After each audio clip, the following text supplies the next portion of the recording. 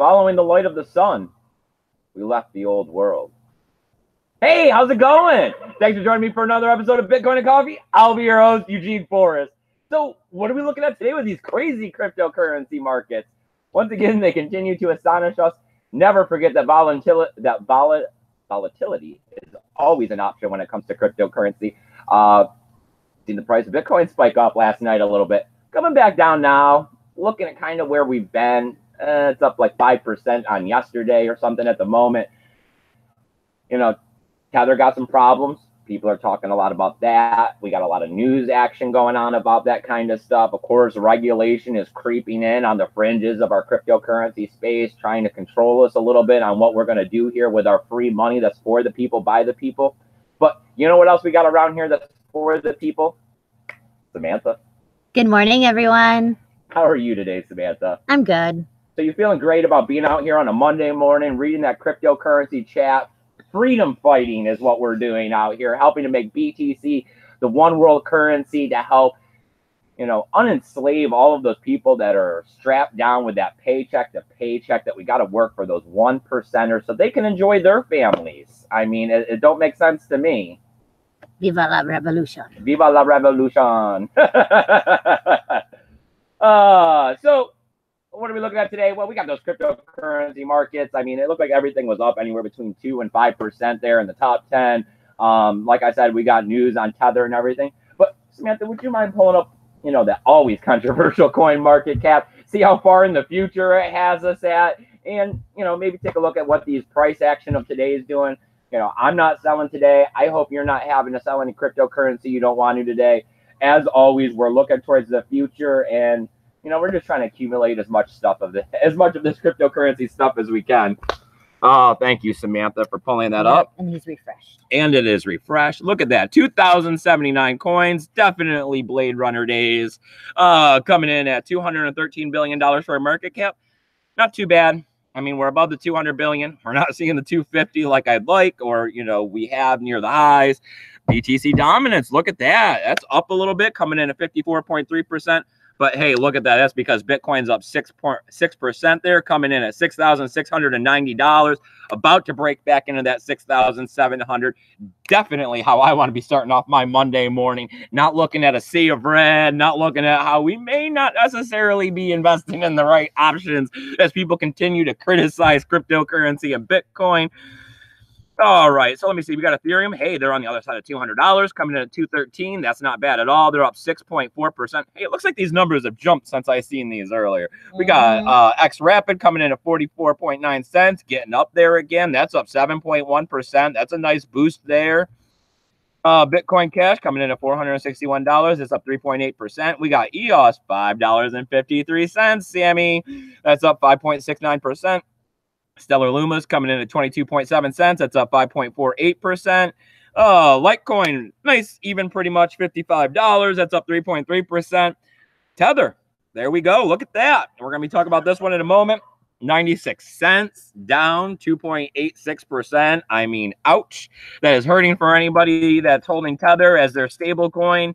Cardano coming in at 7.5 cents. That's up 3.8%. Hey, look, Monero's on the other side of $100, 3.9%. That's nice. All right, let's get down here to Steam, see where we're doing with that. And there we go, 83 cents. Oh, they're sliding backwards, 0.85. Ouch, that sucks. Hopefully they'll turn that around with the rest of the day. And let's type in our metrics here and see what the Steam back dollar is doing. And what do we got going on here? $1, not too bad. That's up 0.32, hanging out at the dollar mark. I mean, really, what's a penny? I like to usually go ahead and add tax and put it at $1.05, $1.06, $1.07. Then I feel pretty comfortable with it at saying that the altcoins are valued at, pretty much what they're actually doing in the market. So, I mean, I'm not giving financial advice here. I'm just talking about cryptocurrency, promoting Bitcoin as I tend to do. All right, let's go ahead. Let's stop this screen share. Let's pop this out. And let's pull up the chat so Samantha can see if there's anybody out here today. Oh, Monday morning, right? I mean, woo. Hey, I mean, at least the price of Bitcoin's up. It's not that bad. The weather's feeling a little bit cooler here in Florida. It makes it a little bit easier to think that you're going to go out and go to work. I'm not going to be sweating like crazy. Changed up the scenery for a little bit for you guys. I know See our fat guineas. Yep. Yeah, I know the pen's not the best looking, but hey, it does the trick, and that way maybe you'll catch a glimpse of some birds or something in the background. I know people seem to be liking the nature scenes around here. Me, it's just everyday living.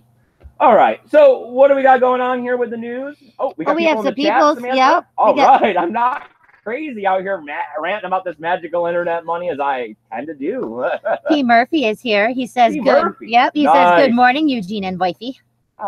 Good morning, my man. Andy Anderson is here. He says, you don't think I'm a stalker, do you? No. No, we love it, man. We want all the stalkers. Right. You just don't want all the trolls. Yes. You can be a stalker. Just don't be a troll. Don't be a troll. And Giles Willis is here. He says that he remembers when Steam was $8. I know. So do we. Yeah. Oh, I remember when it was. I still can't forget when Steam back dollar was $15 and somebody had went ahead and upvoted one of my posts for $300 at the same exact time. It was like, did that really just happen? I mean, sometimes you just gotta love this community. You gotta love cryptocurrency. I mean, just like when I got those airdrops and they turned out to be worth like a couple $100 a piece in an airdrop. I mean, crazy. You never know when you're going to make a little bit of extra fiat around here. That's why you kind of just got to get your fingers and toes in all the water. Yeah, it was the first year C20 ones, right? Like the first like 3 or 4, they were a decent. All those airdrop stuff. Yeah. Yeah, and it was like what? So what are we looking at here with the news today? Well, of course, Tether. The price of Bitcoin, that's the big news. I think I must have seen like 6 or 7 different articles on it. For some reason, I was able to consolidate this into 4 lines, so I didn't necessarily need to see the right, couple big page articles on all of this. Tether, price drop, right? Hit 92 cents, hanging out at, what did I just have it at, 96.5 cents or something like that. Tether's supposed to be a stable coin, supposed to be pegged to the dollar, right? Everybody knows this. They've been having problems lately, banks, solvency, lots of questions. But on the other hand, we're looking at other stable coins being out there. We're looking at the Gemini dollar for sure. A lot of people are really liking that one. We got the True USD, and there's probably a half a dozen, 13, 14 other ones out there, depending on which exchange you're working at. So why is this happening? Well, because people, not feeling it, thinking that Tether's a little bit more of a scam than what they used to, and seeing that there's other viable options, they're going ahead and they're jumping ship out of Tether. They're jumping back into Bitcoin, pushing the price up. They're jumping into the other stable coins, or at least this is kind of what I'm feeling as I look at this and what I'm getting for an impression. Because I read articles talking both ways, saying that they thought this was the reason, so I'm saying that it wasn't. I mean, what does it mean? Tether's dying. It's going to die slowly. When it's supposed to be pegged to the dollar and you're getting here at a discount, it goes to show that people are willing to sell the Tether that they went into at a loss in order to get back into the Bitcoin or other stable coins to continue moving sideways as they think that Bitcoin's price is going to drop even lower. I mean, what are you going to do? Traders are going to trade. They're going to get out there and do the stuff that they do. And of course, without some form of manipulation or volatility, how are they going to make any money, right? So let them go ahead. Let them mess around with Tether. Let them pump the price of Bitcoin up. I really personally don't care. I don't have Tether. I've never touched Tether. Not even interested in touching Tether. Stable coins don't make any sense to me. So, I mean, I can see the point in a stable coin, but definitely if I was looking to get into a stable coin to, because I thought the price of Bitcoin was going down and I wanted to take all of our money, every little bit of it. Not have to move it into fiat, but move it. Bitcoin to go down to jump back in to have more Bitcoin. I would definitely be looking at the Gemini dollar. I mean, they're FDIC insured, they're regular insured, they got all kinds of contingencies over there to help make sure that you're going to be safe. And I mean, they're regulated. Like, they're coming out with they got the New York license. They got auditors being able to tell you that they actually are back dollar for dollar with these Gemini dollars. So I don't really see the price of that one fluctuating. You know what I mean? We're not going to see that one at 80 cents, where we potentially could see Tether at like 80 cents in the future. So, it's definitely something to keep your eye on. Definitely something to watch as you move forward, thinking that as Tether fails, the price of Bitcoin could come up, or vice versa. If the price of Tether continues to fail, could drag the price of Bitcoin with it a little bit. Not always sure what's going to happen in these markets. They're always, shaking that magic 8 ball, trying to figure out what's going to happen. I just have faith that cryptocurrency is the way of the future. We all can't be passing around dollar bills, especially if we're looking at space travel. You're going to be shipping all those tons of pounds of money up there, and we're all going to be trading paper dollar bills through space station airlocks. No, the future's coming. I may not see you living in space, but hopefully my son or my grandchildren will see living in space, and there definitely is no paper money with living in space. Well, I mean, at the rate we're killing the planet, we got to get up off of it. Yeah. So do we got anything in the chat? These people got thoughts on Tether, or is it still early? They're still trying to pry these crusty eyes open and get this coffee in them. No, P. Murphy says, have you researched Liquid, Bitcoin's new sidechain protocol? It may make XRP and the XLM utterly useless. Yep. Yes. Yes. I mean, I haven't dug deep into Liquid. I've seen that they came out with their testnet, mainnet, testnet, I think it was. Testnet. I've seen that there was some controversy with it, as always, when it comes to Bitcoin, because people like to down Bitcoin, talking about how their altcoins are going to be better. But you know me, I got faith in Bitcoin. I believe that these side chains are definitely going to be the way of our future. I've seen that it was for shipping of larger BTC amounts. They're definitely talking about getting exchange to exchange, being able to transfer them back and forth. I've seen that there was going to be privacy features added in there. So it's a big plus. I got to do a little more research on it. I mean, I'm so interested in Lightning because I want my own Lightning wallet, but I did see Liquid. I am enthusiastic about it, and I'm going to continue to be enthusiastic about all second-tier solutions on Bitcoin, because that's what the point now, I think, all these altcoins are. We're going to make all these altcoins, see if they work, and then when they do, second-tier solution on Bitcoin. Shut down that alt. It's a piece of garbage. Giles Willis says the Gemini dollar seems legit. It does. It really does. I mean, I'm not a trader. I probably don't trade because I don't have enough money. You got to have like $30,000, $40,000 to actually make enough on a daily basis to pay. Yeah, and we don't like the risk, like any of, you know what I mean? Like, you do have to have a little bit of risk to be trading. So It's like, oh, no. Yeah. We definitely be underwater with my trading skills and the way this market's been all year. Maybe it's just that we don't like it because you started out trying to trade and it didn't work. You know what I mean? Like, possibility. Like, lesson learned. Yeah, it's like where you're like, dude, no, no, and then we're just like, no, we don't need to try that again. Oh, and P. Murphy says stable coins do have a use case.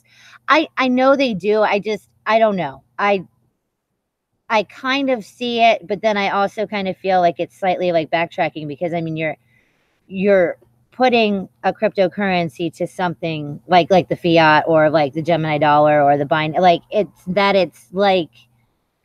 a placeholder. Yes, it's a placeholder. Will you allow your Bitcoin or your altcoin to go down in price so that you could then go back in to have more of it? If you have $100, yes, because you just move it back over to your stable thing. But instead of going like to Coinbase and going back into physical US dollar bills, even though it's still a digital sense on the screen, you'll pay capital gains tax, which is up to as much as 30%.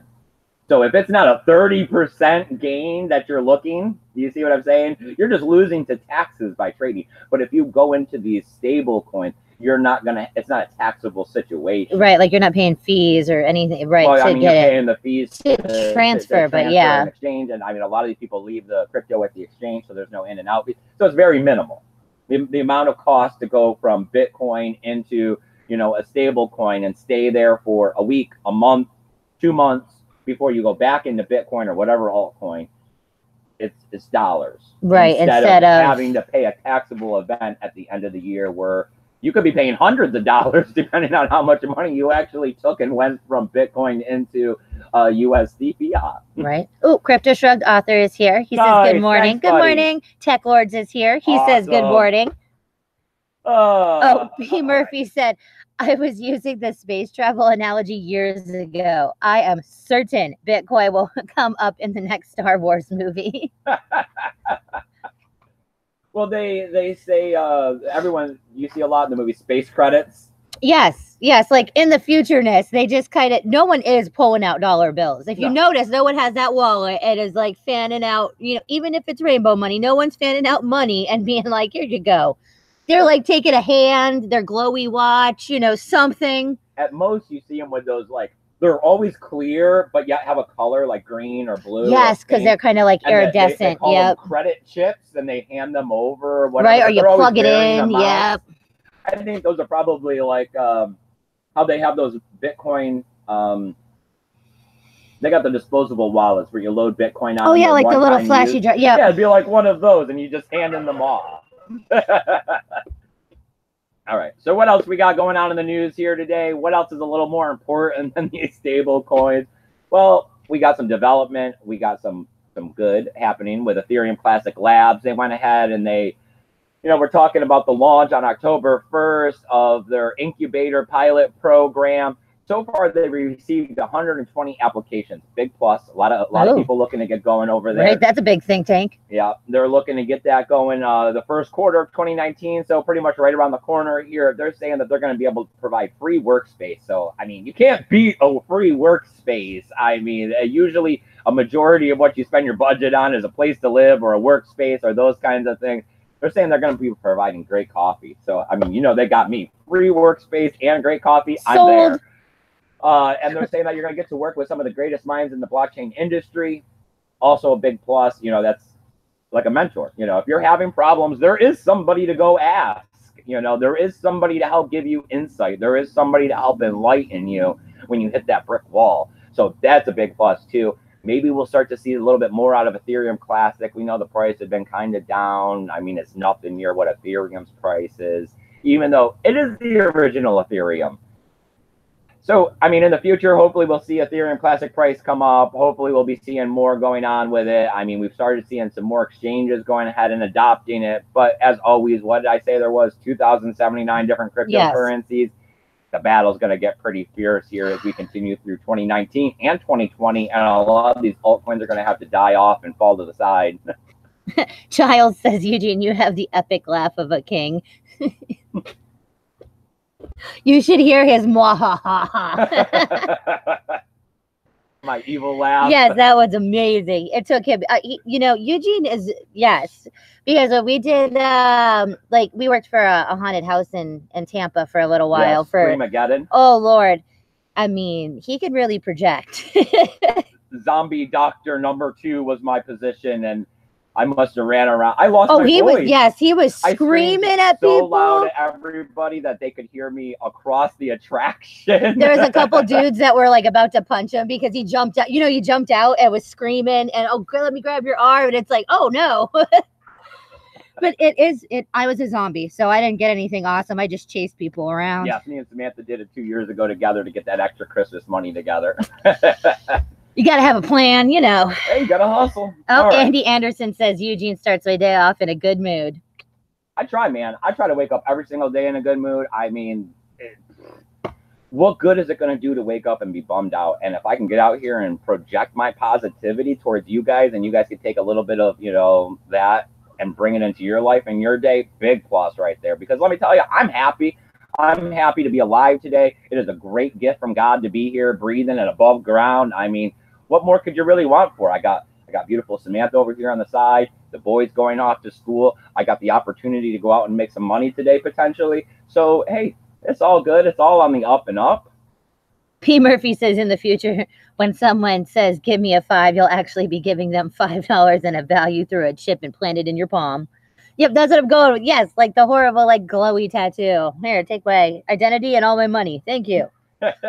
And Tech Lord says the BTC spread between Bitfinex and Coinbase is dangerous. Be careful if you trade on Bitfinex. I've seen that there was some discrepancies between them. They usually don't last long. I mean, gives arbitrage, but I mean, I don't usually try at that either.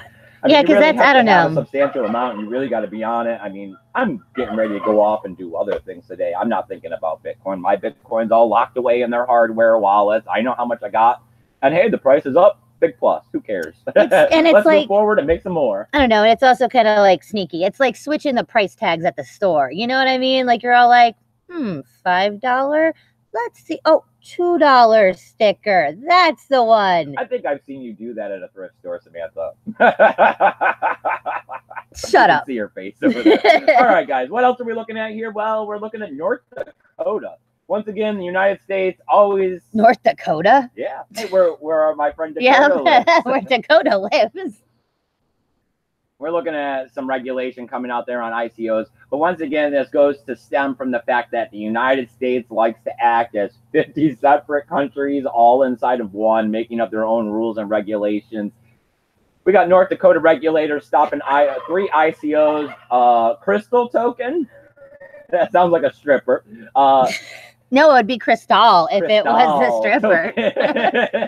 And I don't even know. Advertus. ADVERTIZA. Oh, the advert. Yeah, Advertus. Yes. Holding and Life Cross coin. That sounds religious. Life Cross coin. Oh, see, I was thinking more like like lifeguard. No, like motivation, like your life change. You know, like Life Cross. Yeah. Motivational. What are they called? Mentors or whatever. We got a mentor coin. It's called the Life Cross coin. It's gonna make you value life. You know. What are we looking at? Well, we're looking at. We got a multi-jurisdictional investigation and enforcement of 40 different security regulators in the United States and Canada, all working together, all trying to crack down on ICOs, all trying to ban this stuff. This is kind of what we had expected. I mean, if you were looking into ICOs and you were here in the space, I mean, what, as early as the middle of last year when all these ICOs started taking off, a lot of people were out here telling you that regulation isn't going to just sit on the sidelines. And as we know, government takes a long time with this red tape to get going.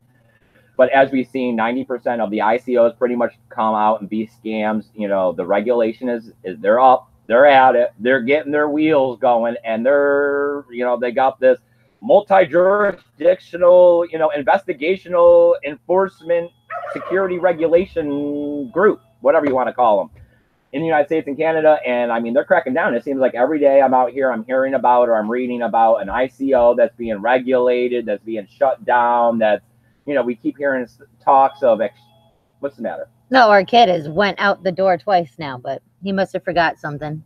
The kid's coming in and out. All right. So, but I mean, this is going to mean, I mean, we were looking at some tokens or some exchanges that were going to be for security tokens only. It seems like the whole ICO space is, wow. The ICO space is pretty much, it's dying. It's dead. I mean, maybe later end of 2019, we might be able to see this get back to where it should be, which is with valid projects actually getting out there trying to fundraise an appropriate amount of money to get them up and off the ground and going.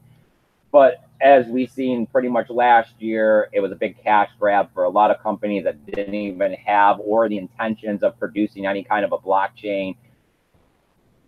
Now there probably maybe some good projects out there. They're not going to be getting any recognition. They're going to be regulated. It's not in their favors. If you are looking to start up an ICO to get your blockchain going, now is definitely not the time to get it going. Nothing's in your favor at the moment. So ICOs are down at the moment. You know, don't be looking at ICOs. They're not going to be doing you any favors. As the regulation comes in, it's going to get tighter and tighter and tighter restraints on this because they're going to classify most of these as securities. It's pretty much how it goes.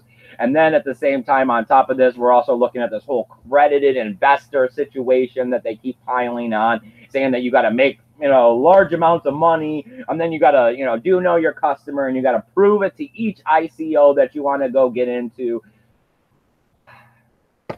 To me, it's just, it's not like it was supposed to be. It's not like it was in the beginning. Now it just seems a lot more like a situation of rich people being able to get the bags cheap, pumping the price up, saying you can't get these until later. And then after they got all their bags, and pumping the price up and dropping the bags on you because they pumped up the fact that it was a good project. And a bunch of rich credited investors bought a whole bunch of it to get you hyped up. And then they give it to you and then watch the project probably get. Oh, like your Hydra hash?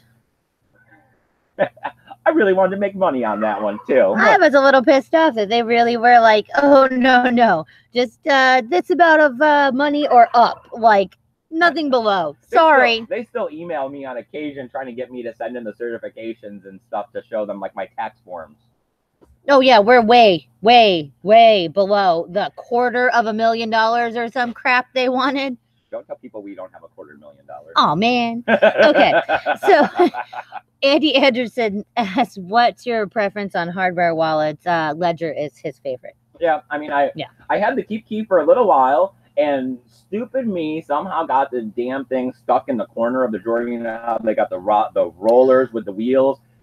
Disclaimer is we have a miscellaneous junk drawer that's very junky. Every drawer is a junk drawer with Samantha. Oh, you shush. Too much stuff crammed in there. Hadn't used the Keep Key in a couple days. It kind of went to the side of the thing, and somebody else was opening and closing the door a whole bunch. Our child. It got rammed in there, and they cracked it, and they broke it. Went to the Ledger Nano S.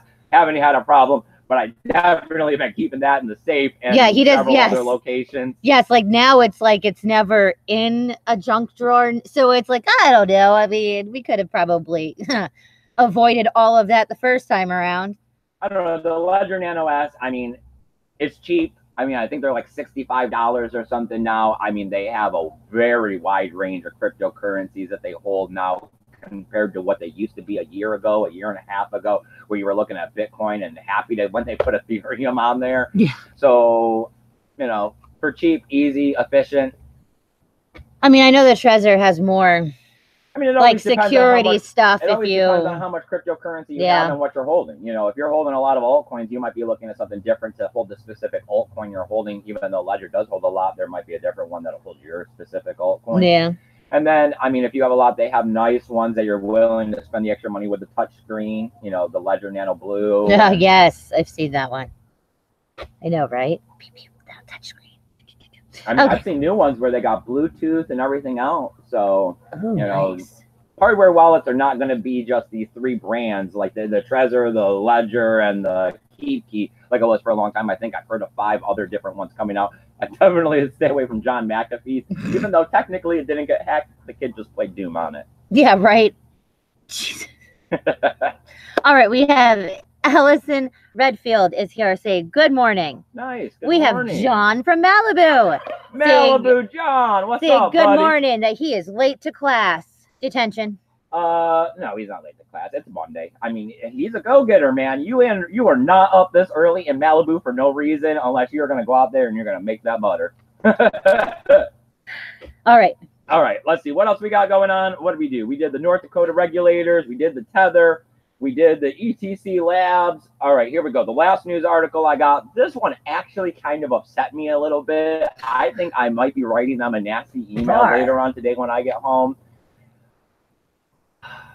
I didn't actually go watch the video. I just read about it. We got AARP out there talking crap about BTC. When I got there and slapped them around for it. They're out there talking about their main thing was they gave very nice financial descriptions of all kinds of different stuff. And then when they go to talk about Bitcoin and blockchain, they go and they say a bunch of computer code, a bunch of computer code used by a bunch of criminals, idealists, and speculators. Idealists. We're the idealists because we're not criminals, and we're not speculators because those are the traders. I mean, I guess they're a little right, but to put it out there like that is not necessarily how I would like Bitcoin portrayed. I mean, we have accredited universities out there saying that rich people should be holding as much as 6 to 8% of cryptocurrency in their portfolios just because, you know. But with them being out there, I mean, it's a bunch of computer code. That's not necessarily how you phrase this. I mean, Bitcoin is so much more than a bunch of computer code. I know. It was like a bunch of computer code. Man, I'll grab you by your shirt collar. Yeah, but you got to think AARP, I mean, they are literally talking to people who are retired. So 65 or older. And that's what they're trying to explain to 65 or older. So all of our seniors, they're trying to be like, oh, first off, you're going to be dead before anything important happens with it. So just forget about it. And 2, it's all just run but a bunch of criminals and a bunch of code that you don't need to worry about anyways. I don't know. I mean, maybe it's good that they're steering them away. Face. Oh. Maybe it's good that they're steering them away from it because we know that these older people are, I mean, you got to have really good cryptocurrency filters if you're getting out there and holding Bitcoin and think that you're going to invest it or manipulate it in any kind of way to make you some more fiat cash. And that's what, a lot of these people in this space want to do.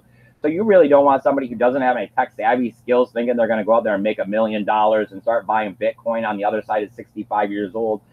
Hopping out there in the space, they're going to get pulled in by all the bells and whistles. And when they're missing money, you know exactly what they're going to do. They're going to run off to the regulators, the governments. They're going to start writing letters. I mean, I know my grandfather's on Facebook as political as could be every single day. So I wouldn't want to see a bunch of angry 65-year-old people out there complaining about Bitcoin. But at the same time, the lack of education is not necessarily our fault. Bitcoin is still amazing. It is still going to be the future. I mean, hopefully some of the scamming stuff will die off as Bitcoin gains some more traction and is accepted more. But as always, the scammers and the devious people are going to be out there. They're going to exist for all of life and eternity. I mean, there's always somebody looking to get fat pockets off and not doing hard work. What I'm going to go with is AARP is talking crap, right? But they're talking crap so that here in a couple months, they can come out with AARP coin. Oh. And then they're going to be all like, oh, yeah, man, all the stuff we told you about Bitcoin and how it was run by a bunch of criminals. This one's run by us. We're not criminals. Come on, we give you the discounts. We're not criminals. You've been seeing our mailing letters for the last 3 years. You know us. I know we receive AARP junk mail on occasions, and we're far from retiring. I know. I get a little I'm all like, oh, that's only I don't know, 30 years away, but that's cool. Whatever. Well, when you go and you break down the finances here in the article, they go on, they say that about 25% of millennials are pro cryptocurrency, looking to own some sort of cryptocurrency or invest in cryptocurrency within the next year or two.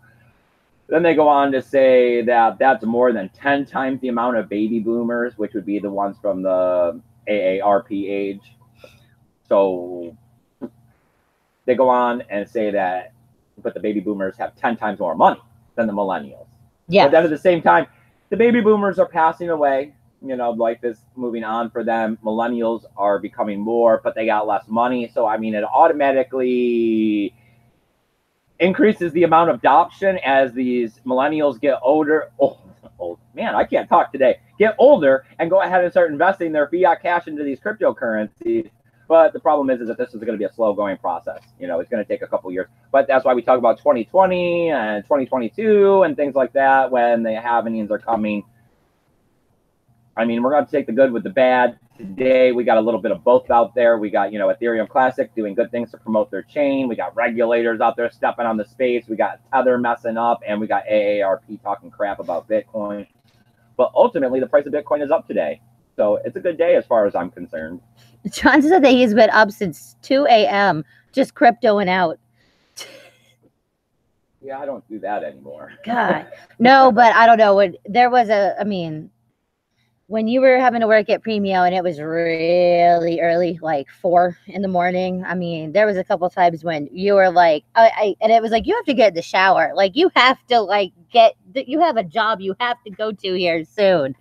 You'd be like, oh, just one more article, one more something. Hold on. I know there's a good, I'm going to find it. It's Jesus. Oh, P. Murphy says KeepKey is one of the best hardware wallet technologies out there, but it is underrated by many in the crypto sphere. Yes. I mean, I liked it. I yes. used it. The interface was nice. I didn't really have any big major problems. It was more my personal, how I kept it. I treated it like it was a junk flash drive pretty much, even though I had a couple $100s on it. Probably shouldn't have done it quite like that. But when it broke, I learned my lesson, and I guess that was more the situation. I think I paid $100 and something when I bought my KeepKey because you bought two, but yeah. And then I went and bought the Ledger and then the Ledger. Yep. So when it was cheaper, I was looking to save the couple bucks because I broke the old one that I had actually spent the money on. The more I got to buy something, the cheaper and cheaper I go on it. Swingle Jason is now here. He says, good morning. Oh, buddy, we're about to be wrapping the show up. Andy Anderson says, hey, AARP are commie bastards. They are. Oh, and John is now going to be buying Bitcoin. Bitcoins. P. Murphy says at 65 plus, you'll be needing to start thinking about what you'll be leaving for your children's future. And crypto is their future. Crypto is. It is. It's the people's money for the people, by the people. I know, but try to, I don't know. It's that, I mean, there's so many decades in between that, yes, they are literally from another time. I mean, how do they have more money? They have more money because when they went to jobs and they worked, they got more money. They spent less to live. All of it. I always think that when you go and you talk to these people that are 55 and older, they talk about, I mean, situations I've heard several times from several different people in this generation where they went and took a good job when they were like 18, 19, 20, yeah, like 21, their first job, their second job, like, and they stayed with these companies for 30 plus years. That doesn't happen anymore. I really don't care what somebody wants to sit there and keep preaching at me. As far as I'm aware, every job I go to, they want you under full time so they don't have to give you benefits. They want to give you as little money as possible. And then as soon as you start to show any sort of skill at what you're doing, they want to start putting production quotas on you. They want you to work more, but for less money. I always love that when they're like, you know, you were working 10-hour days and then they say, well, let's just come in on Saturday, but you only have to work 8-hour days for the same amount. And it's like, so wait, I'm going to be here more, but make the same amount of money? That doesn't make sense to me. I'd rather work like 3 15-hour days and be there and be off for 4 than work 5 10-hour days. Yes. You know what I mean? Like, it's not. Yes, it's still the same. It's like, what? You're not actually doing me any favors. I'm just same amount of hours spread across different. That's great. Thank you. No, it's just like how at my job where they'll be like, oh, we didn't want this person. We wanted you to work. And it's like, okay, well, I mean, I still only have 4 or 5 days. I mean, so at some point you were going to say that, right? Kelly's better than me. So Kelly got I mean, thanks for telling me that I'm better than so-and-so, but really, I'm not getting hours like I'm better than so-and-so. I don't know. I think a lot of times these employers forget that ultimately at the, you know, you come to work and they want you to care about what they're doing, about their job or what's going on and all of this other stuff. They want you to go and they want you to be respectful to all of these other people. They want you to go and put your best foot forward. They want you to do a better job than what they're actually paying you because you're always being underpaid. But ultimately, at the end of the day, the only thing that really matters is how much your paycheck is that you get to bring home to your family. You know, it doesn't matter if I go to work and I build somebody a really nice porch. No. I mean, does it make your day any better when I go to work and I've trimmed up somebody's? All right, I'm not even sure what happened, but there was some kind of a feather fight in there. You know, it doesn't do any. Yeah, they're not happy today. They're going at it. All right. But I mean, does it really do any good for my family if I'm not bringing home money? The only thing that is good, I go out to bring home the money. Going out and doing anything, going out and building a road, going out and working at a hospital and taking people's blood pressure. I mean, yes, you could find a possible sense of happiness inside because the job you're doing is uplifting and kind for mankind, like, you know, the doctor stuff, the nurse stuff, the helping people in need. But ultimately, what matters is how well you take care of your family, and taking care of your family is always based on money in this world. The guinea's going after everybody. Yeah, they might need to get separated soon. So what do you got in the chat? Swingle Jason says, you can't find the old way of doing things. Oh, you can't fit the old way of doing things into something new like cryptos. But you have to be able to regulate cryptos in order to bring fiat into this the way we want it and expect it to grow. Yeah, I mean, that is we're going to have to regulate some stuff, just like you're saying, how every person and their mother are apparently getting into ICOs. So now we have, you know what I mean? Like, you have to do some, but it's like, how much is too much? Obviously, apparently, human nature is not, I mean. We're going to look at a transitional period. And I mean, it's going to take 5, 7, 10 years where we're going to go from what cryptocurrency original ideal cypherpunk style was and watch it go into this gray area where it's a mingling of fiat cash and cryptocurrency and lots of bridges are built between them.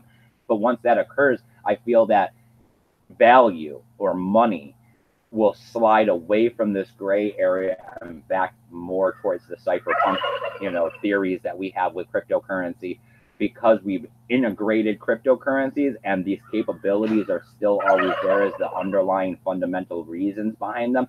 So once we get everybody invested in it for making their money, and we get all these regulations, and we make it part of all of our financial tools that we already have, like the stock market and stuff like that, then we'll be able to bring it back a little bit, and we'll start to show people how that they are their own banks, monetary sovereignty, and how there is no regulation on sending it across borders. And I definitely think that as soon as we can get some more of these countries to do a smart way about this with Bitcoin, that want to start skirting the U.S. sanctions that we're imposing on the rest of the world, it'll be a big light to other people to see that Bitcoin and cryptocurrency do have a real case scenario, and that stuff can't be shut down, and that it is completely decentralized. When you can see, I mean, I'm just going to Iraq buy something that like oil and not pay the US dollar.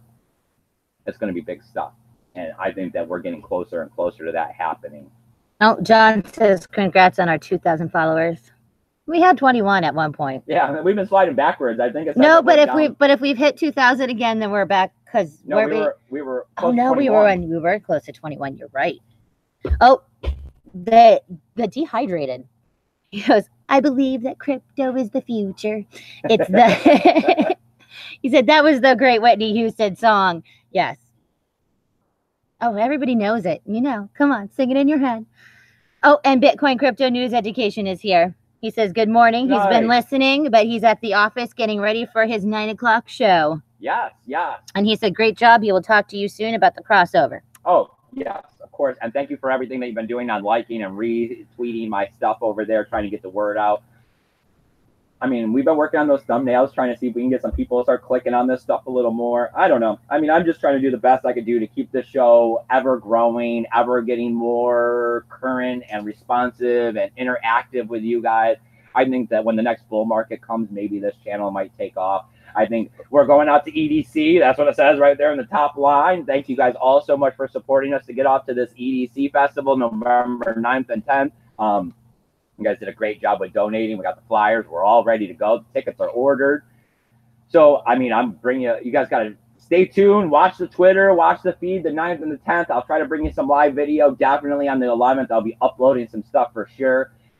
We even took a quick moment this morning, Samantha, and started trying to see about the next event. I mean, I don't know about Ultra. I don't know how comfortable I feel about asking you guys for that much money. I mean, it would be running. Oh, yeah. We looked in and that was some for 4 crazy. Months, it looks like. And I mean, it would be $1,000 just for the 2 tickets. Like we said, they want $202 in taxes and fees. Yeah. For the I was like, what in the Jesus? And then we'd still have to cover gas to get down there and 2 nights at a motel because it's a 3-day. Oh, we'll be sleeping on the freaking ground in the floor. I mean, are you kidding me? What? So, yeah, I don't even know. We'd have to be looking at like $1,600 or $1,700 to make that happen. That means we'd be asking for like $400 and something a month. I don't know. I'm gonna start trying to.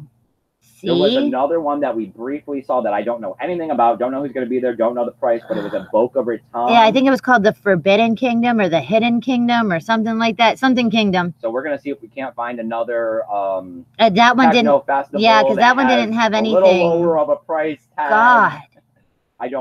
You know me. I don't like to bag. I'm not out here begging. I'm not out here trying to get rich. I'm just trying to, carbon offset some crypto words and make workations out of this and let everybody have a little bit of fun and also use it as a way to promote the channel.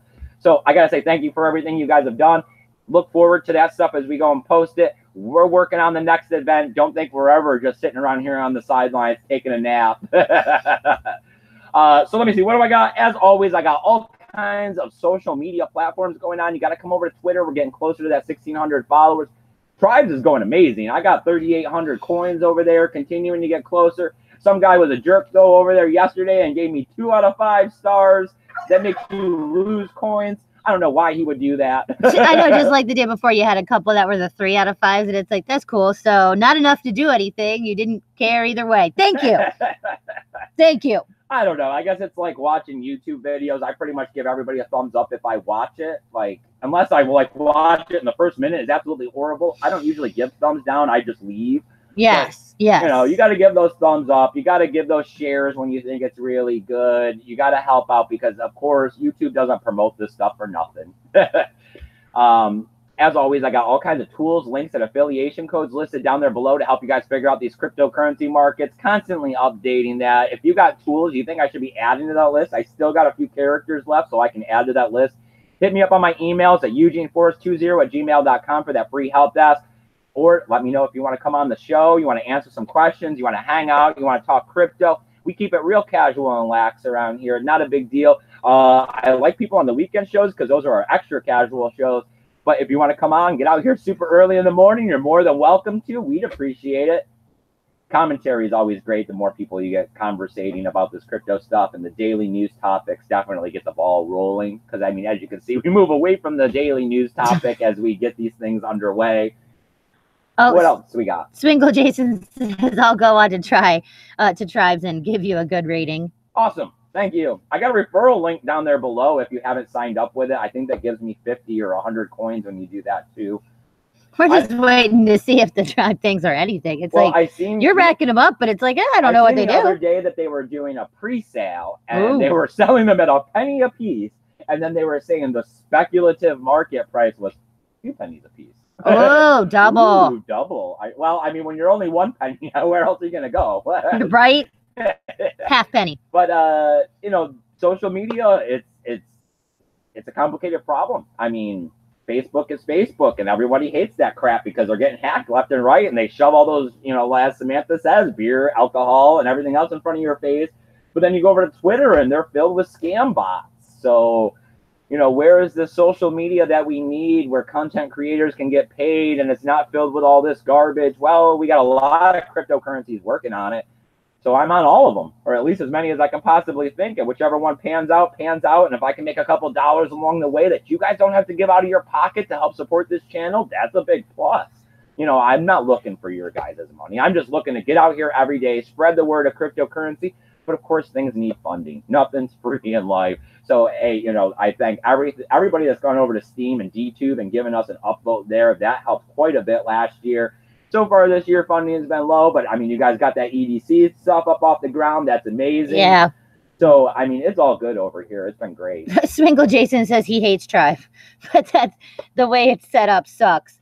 But he's still going to do it. Look, see? Oh, thanks, buddy. I appreciate it. He's going to good rate you even though he hates it. I know. We got off of Lit because we were having, like, it was a lot of Asians. We're not necessarily all that good at the 10-second videos. And then it seemed like we stopped using it, and then we went back to use it, and the whole thing was completely different. Oh, God, yeah. I don't know. I'm kind of stalkery on Lit. I don't post anything, and I don't do anything, but I really like Asian stuff, and most if it's like stupid cute girls with stupid cute dogs and you know, cute food and all of that. So occasionally I go over and I do, you know, just lurk around them all like, oh, let's see, but I never post anything. I do heart people at least as I'm stalking them. There you go. You got to get those likes and those hearts. You know, I'm all like, eh. All right, you guys, as always, please hit that thumbs up on this video. Go ahead and share this video out if you liked it. You know, follow me on the other social media platform. But most stuff, go out there and make the most of today. And remember, keep your BTC safe. Bye, guys.